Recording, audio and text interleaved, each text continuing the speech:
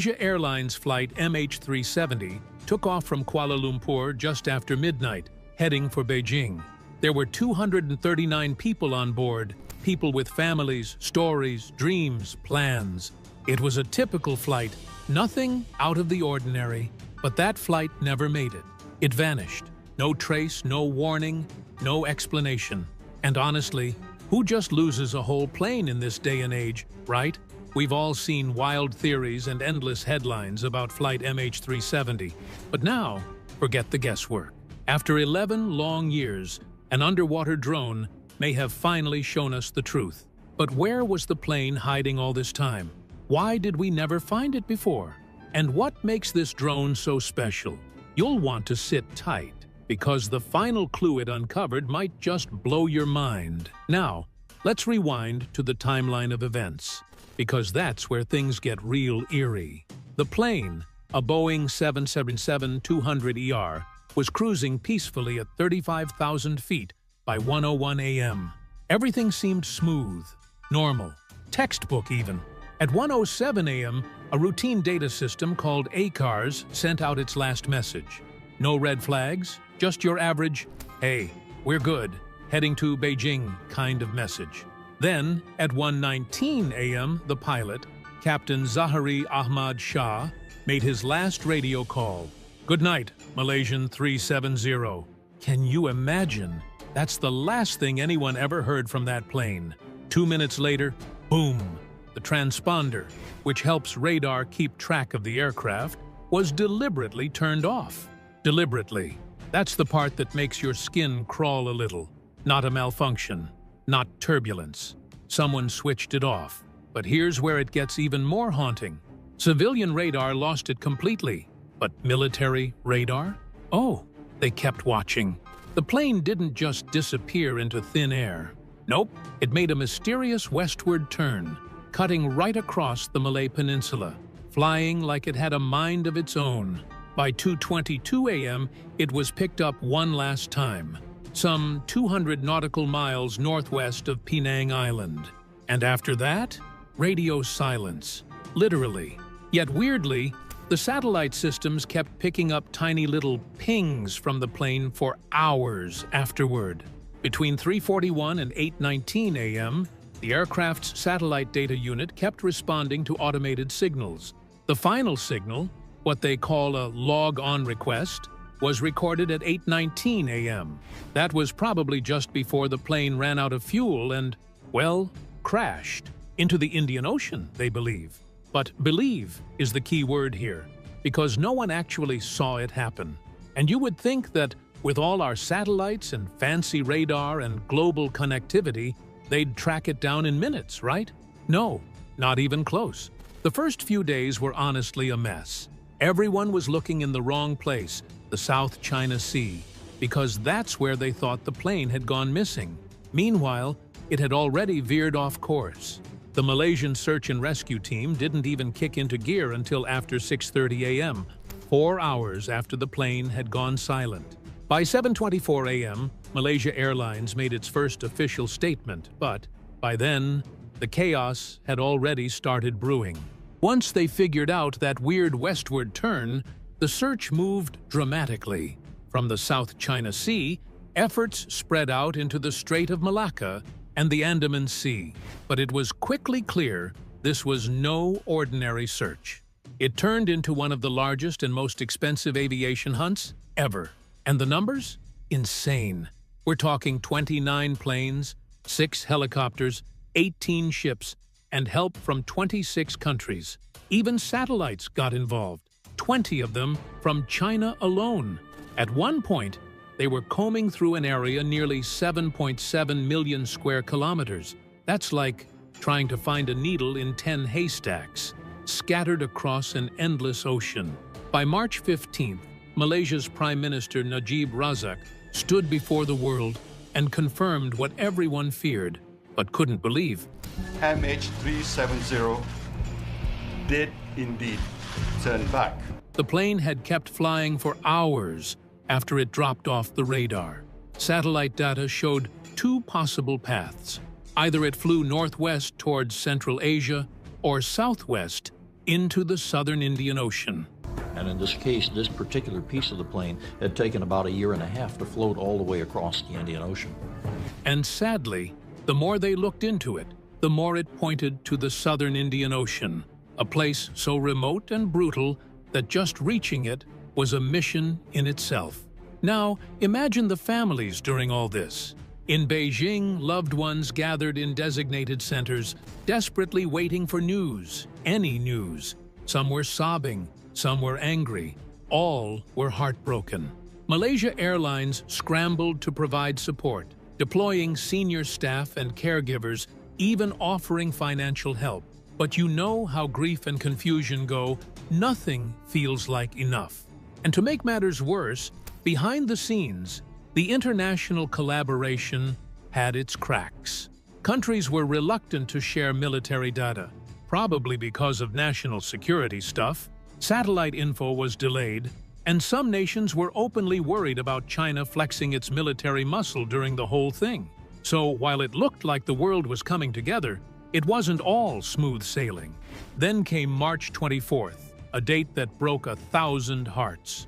After analyzing satellite handshakes, basically the ghost signals the plane sent to satellites, Malaysian officials made a gut-wrenching announcement. Flight MH370 had ended in the southern Indian Ocean. No survivors, no wreckage found, just a heartbreaking conclusion. And the worst part?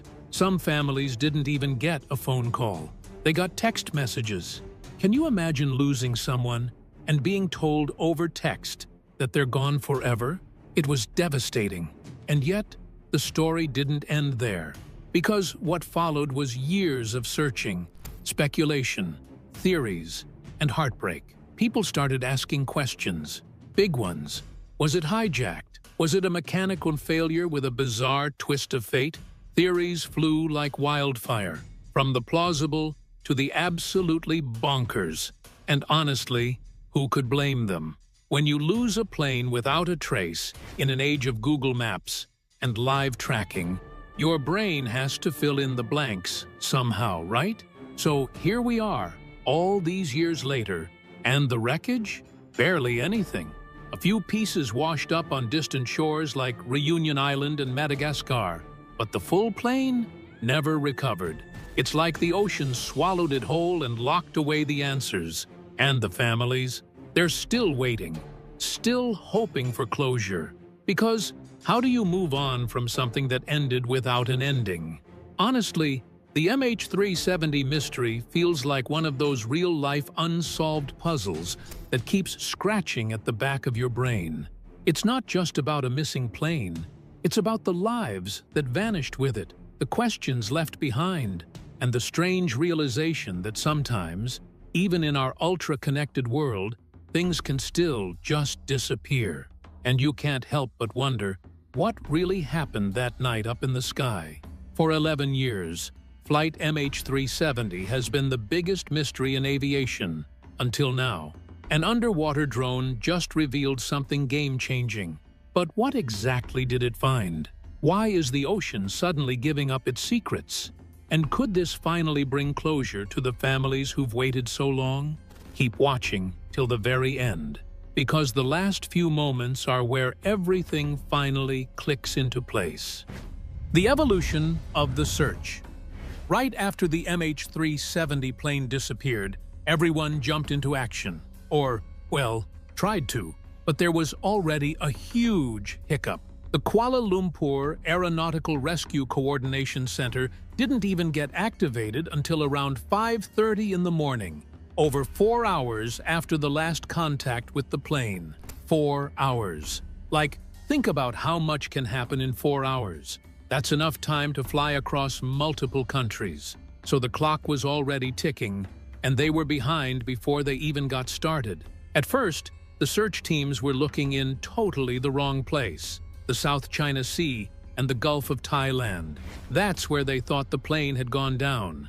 It made sense at the time based on early assumptions, but turns out that wasn't it at all. Still, they didn't waste any time. By March 9th, just a day later, things had escalated fast. There were about 40 aircraft and more than 20 ships from all over Malaysia, China, Australia, the US, scouring the seas. Everyone wanted answers. But then came the plot twist. Military radar picked up a signal suggesting the plane had made a sharp turn to the west, away from its original path. So now, the search had to shift completely. They moved the focus to the Strait of Malacca, on the opposite side of Malaysia. And get this, on March 12th, Malaysian officials announced that their military radar had tracked what they believed was Flight MH370 in the Andaman Sea, around 320 kilometers northwest of Penang Island. That's when India was pulled into the picture, asked to help search in that region. Just imagine being part of that search team, chasing a ghost trail across open ocean, following pings and clues that might lead to nothing or everything. And then, another major turning point. On March 17th, Australia agreed to lead the hunt in the southern Indian Ocean. This was big. The Australian Maritime Safety Authority took the reins and started combing a mind-blowingly huge area, 600,000 square kilometers, between Australia and the Kerguelen Islands. Ever heard of the Kerguelen Islands? No?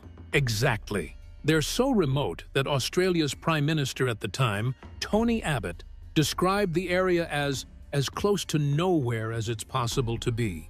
I mean, how spooky is that? A plane disappears, and the most promising clues point to literally the middle of nowhere. The search kept shifting. Satellite data and experts analyzing possible flight paths were constantly refining the area. By March 28, the entire operation shifted again, 1,100 kilometers northeast, now focusing on an area 1,850 kilometers west of Perth. And they weren't just dipping toes in the water. The surface search was massive. By the time they called it off on April 28th, they had covered 4.5 million square kilometers of ocean. That's bigger than India.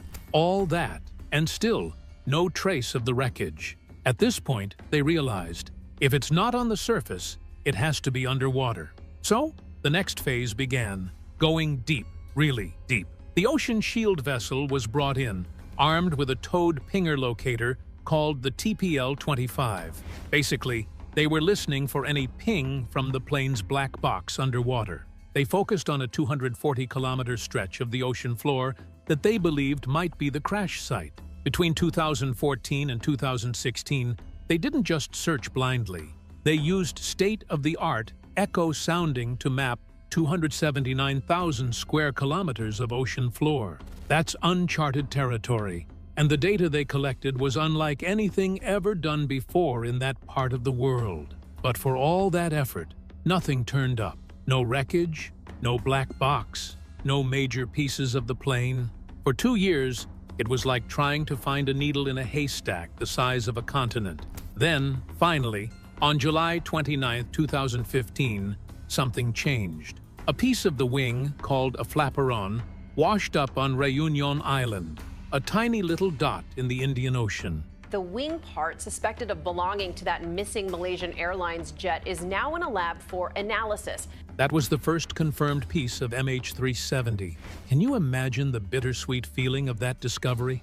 After all that time, finally something, a tragic confirmation, but a confirmation nonetheless. And that opened the floodgates. Over time, more than 20 other pieces of possible debris were found on beaches and islands off the African coast and in the Indian Ocean. Each one was like a puzzle piece, each helping to validate the idea that the plane had indeed gone down somewhere in that massive southern corridor. The ocean currents matched up with where debris would have drifted if the plane had crashed where they thought it did. So little by little, the theory was cemented, even if the